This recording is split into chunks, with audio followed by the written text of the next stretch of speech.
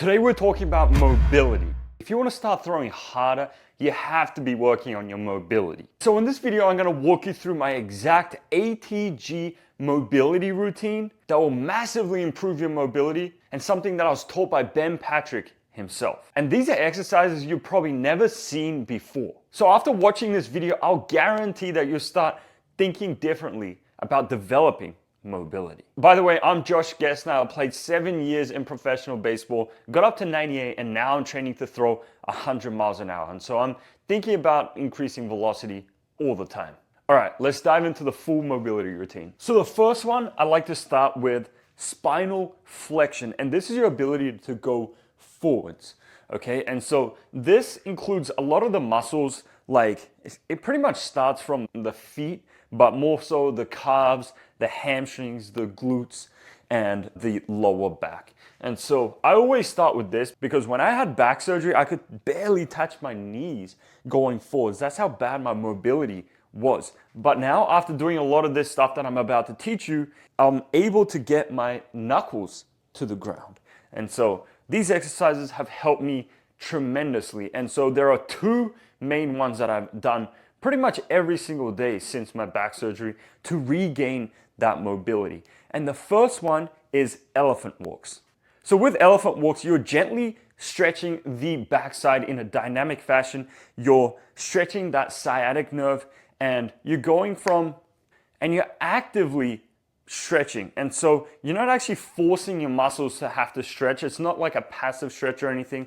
It's more of an active stretch where you're putting your muscles through its available range of motion. With this exercise, you can't really like force it because, you know, you're actively extending your legs. And so if you get to end range of motion, well, then that's your end range of motion, right? And for this exercise, you can progress it really nicely to where, you know, you might start off on the box and then you do some.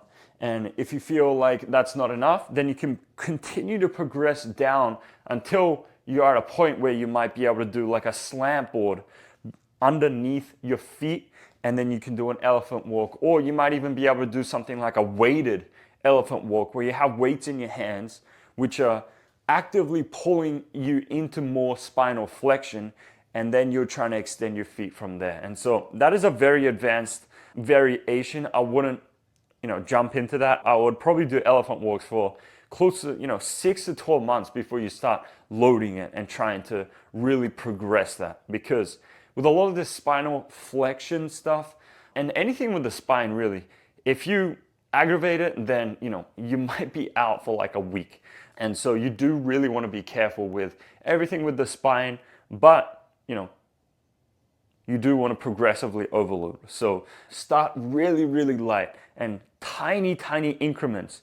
When you do progressive overload in the weight room, you can add like 5 pounds every week on your squat, and it's like fine. But with this stuff, I'd add like 5 pounds maybe every single month or even 2 months. So this has to be really, really slow progression.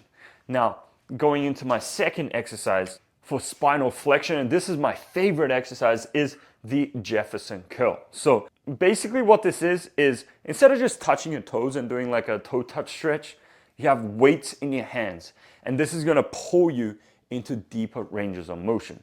Now, why do I love putting weights in my hands? Well, if you're just trying to touch your toes, it can be quite difficult to get into deep ranges of motion, right? But if you have weights, then it's gonna actively be pulling you. And so now all you need to do is just relax into it. And then it's gonna continue to pull.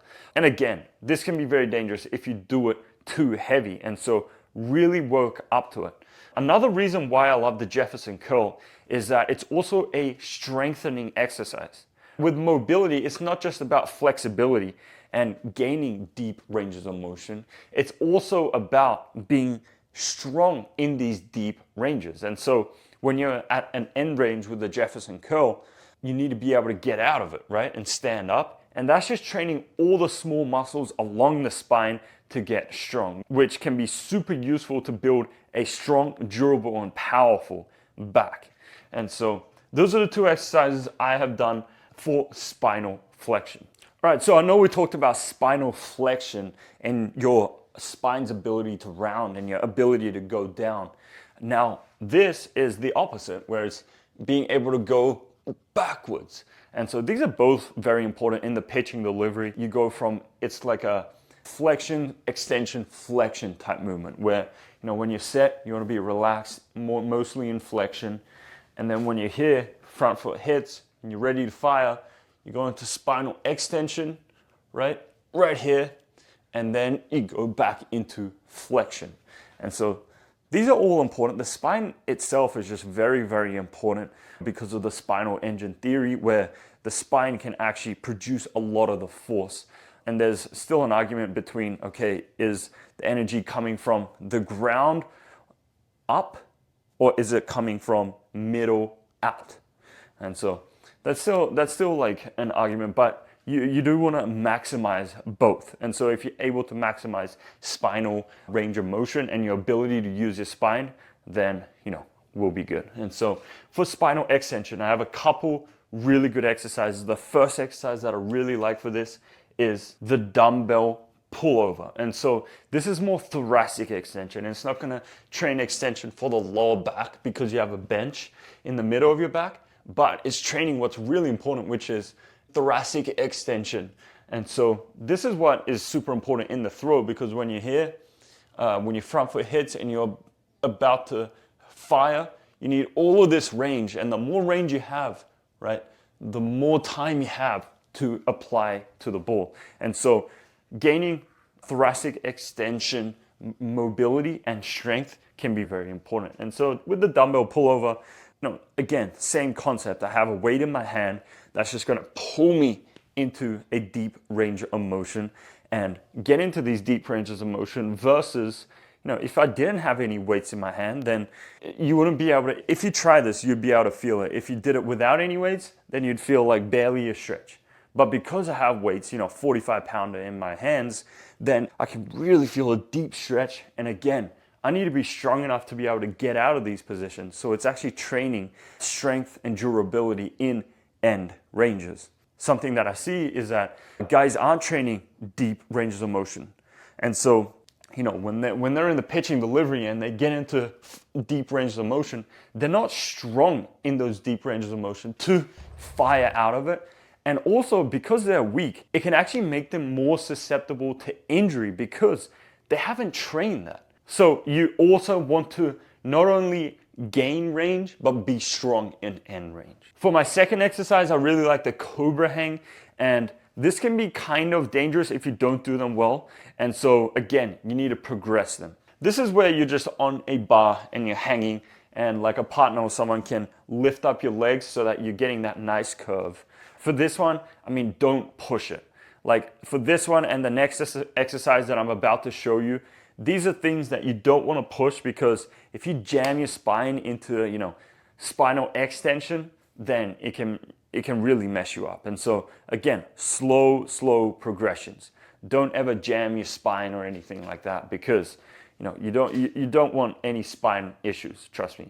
And so the Cobra Hang is a great exercise as you start to build up to it. My last exercise is back bridge variations, where you pretty much go into a back bridge, and there are a couple ways to progress this, where you can put a box underneath your feet so that it's a little bit easier. You see Yamamoto in the big leagues, he can just do a back bridge and like walk around. And so, spinal extension is very important, but again, don't jam your spine into these crazy positions, because that can do way more harm than good, right? But if we can slowly build up range to be able to get into more extension, then it can definitely help us when we're about to fire. It'll give us more range and more time to produce force into the ball, leading to higher velocities. Now, before we do move on to some more of the ATG exercises, I want to give you guys some ways to actually incorporate your improved range of motion into the throw. And so, gaining range is good, getting strength is good, but you need to transfer it to the throw, right? And so for spinal flexion and extension, you can start to incorporate something like a dead hang throw, where you're right here, you're dead hanging, and then you turn extension, flexion, bang. And you can really feel that spine moving from flexion to extension to flexion. I really like that. And for extension, something like a spinal wave throw, where you have a medicine ball overhead, and then you can really get into spinal extension and fire out of that. And so not only are you gaining deeper ranges of motion and are you getting strong in deep ranges of motion, well, you're learning to fire out of them by actually using, pliable medicine ball exercises that actually target what you were working on. All right, so the next one is spine and lateral flexion. So being able to go side to side. And so there are two really nice exercises that I use all the time. The first one is the QL raise. And so basically you're on a back extension machine and you're coming up and down. And, again, you can use a weight with this to actually progress this exercise where it's pulling you into deep ranges of motion and then you have to fire out of it. Same concept as what we've already talked about, getting into deep ranges of motion and firing out of there, okay? And so I really like this exercise just for gaining mobility, but it's also training the QL muscle and some of the obliques, which can be really, really important in the pitching delivery because, when you're here with upper body mechanics, you don't want to be like just here. You don't want to just rotate, right? You want to be here, and it's like a crunch. It's like an oblique and crunch here, and then that pulls your arm. Okay, and so having really strong and powerful QLs and obliques can be really, really important. And one thing that Ben Patrick found at ATG was that they were training golfers, and when they would really strengthen their QL muscle, then these golfers were able to drive way further than they were able to before. And so the QL muscle just goes to show it's so important for rotational athletes. And so this is one of the big reasons why I love the QL raise and why I incorporate it in my training. Another great one is something like a barbell side bend. So you might have a barbell on your back and now you're just going from side to side.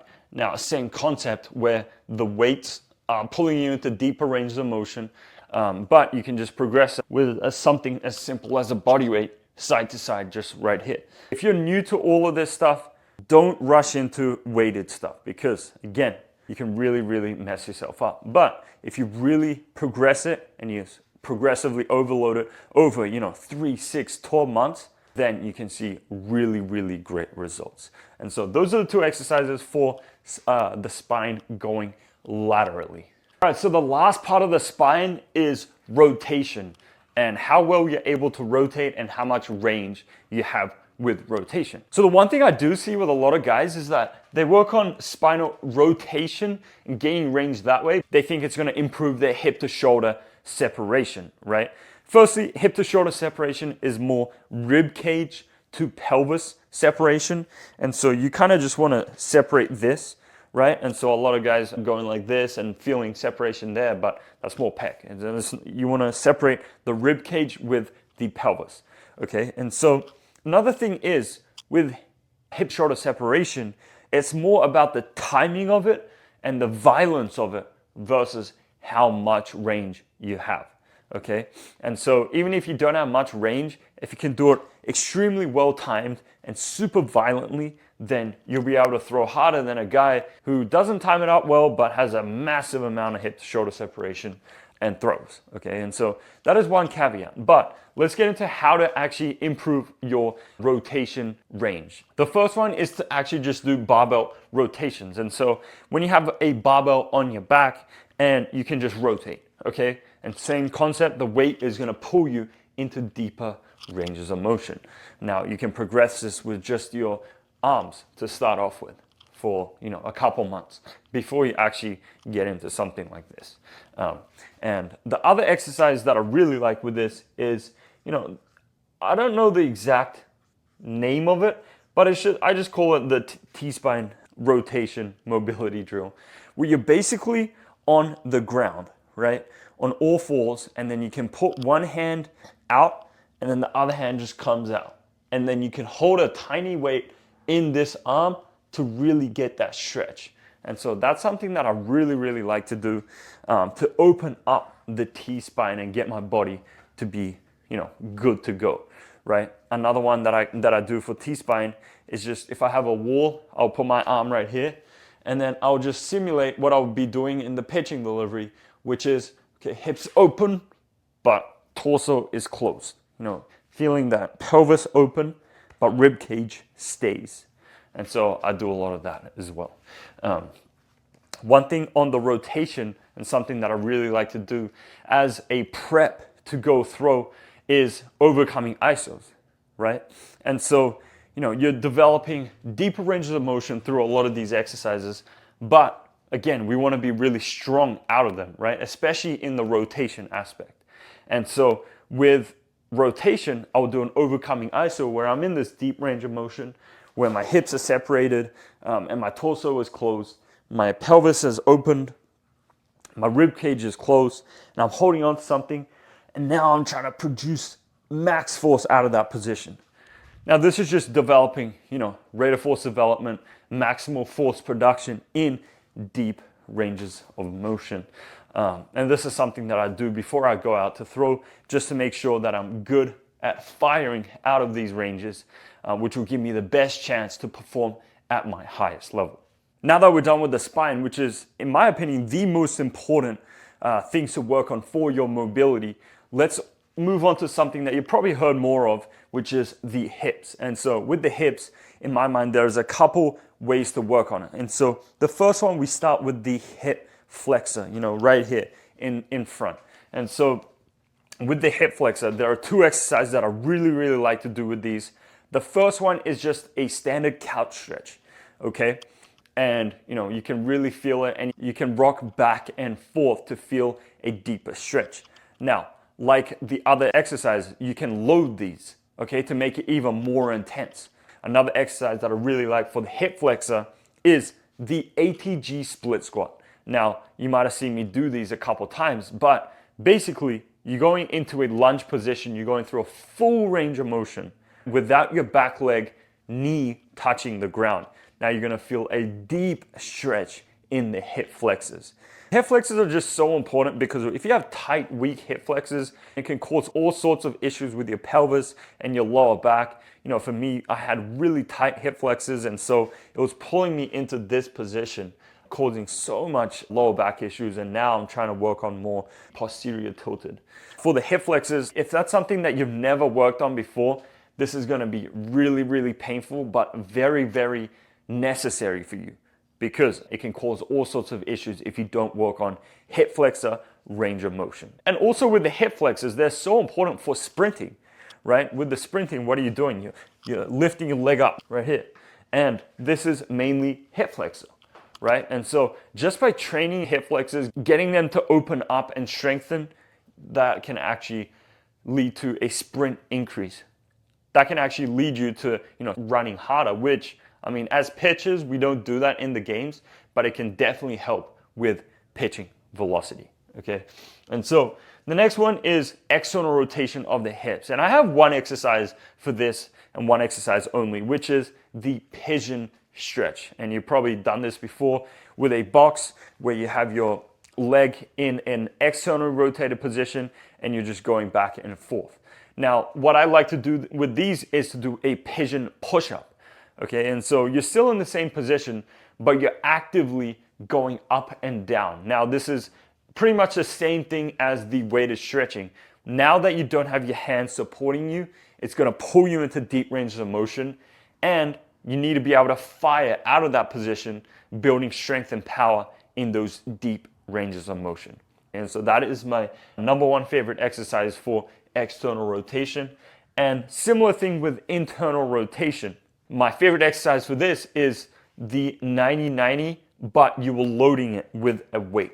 And so, if you're working on your right leg, you might get into a 90-90 position and you have a weight on the leg that you're working on and you're just putting it through a full range of motion. Similar concept, deep ranges of motion, right? And it's strengthening those muscles to get out of that deep range of motion. All right, so the last one that I like to think about with the hips is the inner thighs and the groin. And my top two exercises for this is firstly the Cossack squat, where you're loading it with weights. And now all you're doing is it's like a side lunge, but it's a full range of motion because we want to feel that stretch. It's more of a stretch exercise than a strength exercise. And so we're going through a full range of motion, we're feeling a deep stretch in the groin area, and then we're coming up and doing that. And so that is exercise number 1. And the second exercise for this is something like a split pancake. And this is more of an advanced exercise, but I love this so much for gaining range of motion in the groin area and strength also. And so you're getting into a split position, and all you're doing is trying to get your head to the ground. And so you pretty much go up and down. And this is something that Ben has taught me, and it has tremendously improved my mobility ever since I've started doing them. Okay, and so those 2 exercises, and these are the 4 components that I think about for the hips. If you're hitting all of these, then you'll probably have some pretty well-developed hips in terms of mobility. All right, so the last one that I want to touch on is upper body mobility. And so I'm not going to get into, like the serratus and the scaps and stuff like that, because that's more arm care stuff, and that's a complete full video in of itself. And so I'm going to touch on a little bit of more the ATG stuff, right? Like what I did to increase ranges of motion, mostly in the pec and the lat. Now with the pec, it's very important because the more we can get into these deep ranges of motion in the throw, the better we'll be, because we have more time to apply force to the ball. Okay, and so the biggest thing with the pecs, right? 2 things. Deep ranges of motion with your dumbbell pressing. Okay, when you have a dumbbell press, a lot of guys are just stopping at like 90, like right here, and just up, down, up, down. But if you can let it pull you, right, to full range of motion, into deep ranges of motion, then it's just developing all of this range in all of this, right? And guess what you have to do now? You have to press out of it. So you have to be strong in these deep ranges of motion. And so that's the number 1 thing for the pec. You can also do something like a fly, which is, you're on a bench, you're right here, and you just let the weights pull you. And this is something that I really like doing as well. But for the most part with the pec, it's going to come a lot from the weight room and how you do it in the weight room. If you're a guy who is really tight in the pecs, then maybe not do like, barbell bench. Even though I really do like the barbell bench, I would start doing more of the dumbbell bench, where you can get into deep ranges of motion and then get up. And the same with the lats. You can do it all in the weight room, where if you're doing some type of row, you're really feeling that deep stretch for some, and then you're pulling. And so again, deep range of motion, strength in deep range of motion. One exercise that I do love for the throw, and this is something that I do post throw because it is a static stretch, is just a side hang. And so you're just grabbing onto the barbell and you're just lying there. This is really good for lateral, for the spine as well. But I really do like it for the lats. You feel a crazy stretch. And so that's what I will do for the lats, the pecs, and the upper body. Now the question becomes, how do you actually incorporate all of this stuff and all the information that you've learned today? Well, you can go out and try to figure it out on your own. And with all the information that I gave to you, that's definitely a viable option. But if you're someone who wants a little bit more guidance, right, a little bit more structure, an actual roadmap to be able to gain velocity and incorporate not only mobility, but everything else, then that's why I created the Pitcher Lab. If you're a guy who needs to increase velocity because your biological age is ticking, right? As the older you get, the less valuable you become. It's just a brutal reality of baseball. And if you feel like it's time for you to actually get expert help and take your baseball career to the next level, we would absolutely love to talk to you at the Pitcher Lab. And basically what we do at the Pitcher Lab is we give you a complete roadmap on how you can gain pitching velocity. From throwing, we're going to implement constraint-based and high CNS type throwing into your program. From lifting, we're going to use impulse-based, rate of force development-based, triphasic-based lifting programs to make sure that you become an absolute beast. And obviously, mechanical patterning, medicine ball stuff, pliable stuff, ATG mobility routines, everything in a program that you would want, you're going to get. Now, on top of this, you're going to get a one-to-one coach who is going to work with you on your mechanics, and you're going to have unlimited access to us as a staff. And so you can text me whenever you want so that, we get you to where you need to go. And lastly, we do a bunch of classrooms, just like what I'm doing here, but just way more in depth. We have our coaches who have worked at the MLB level present, and it's just very, very advanced knowledge that you're not going to see anywhere else. And so these are the kind of things that we do. And so if this is something that interests you, top link in the description. You can apply to work with us. And also I linked down my free Throw 95 miles an hour guide. And so you can go watch that right after this.